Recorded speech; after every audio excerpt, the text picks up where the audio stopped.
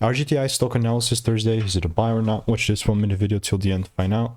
So as I'm just overviewing Rigetti Computing, I'm very open-minded and keen to buy more. But randomly buying will just not be the way that I will do things. This might seem looking very complicated, which I promise you it's not. This long here is just the swing prediction that I got, which is still pending. Then I got like 2 longs and a break even on that. Now the only thing that I would care is buying more as long as the price comes down and gives me a shift. Now it sort of came down, never gave me the shift, which is totally fine. You know, sometimes that is going to happen.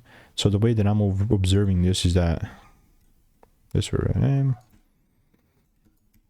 If there is a double break, then yeah, that's Gucci. I'm looking to take it further up, but like randomly buying mates, just not going to be happening.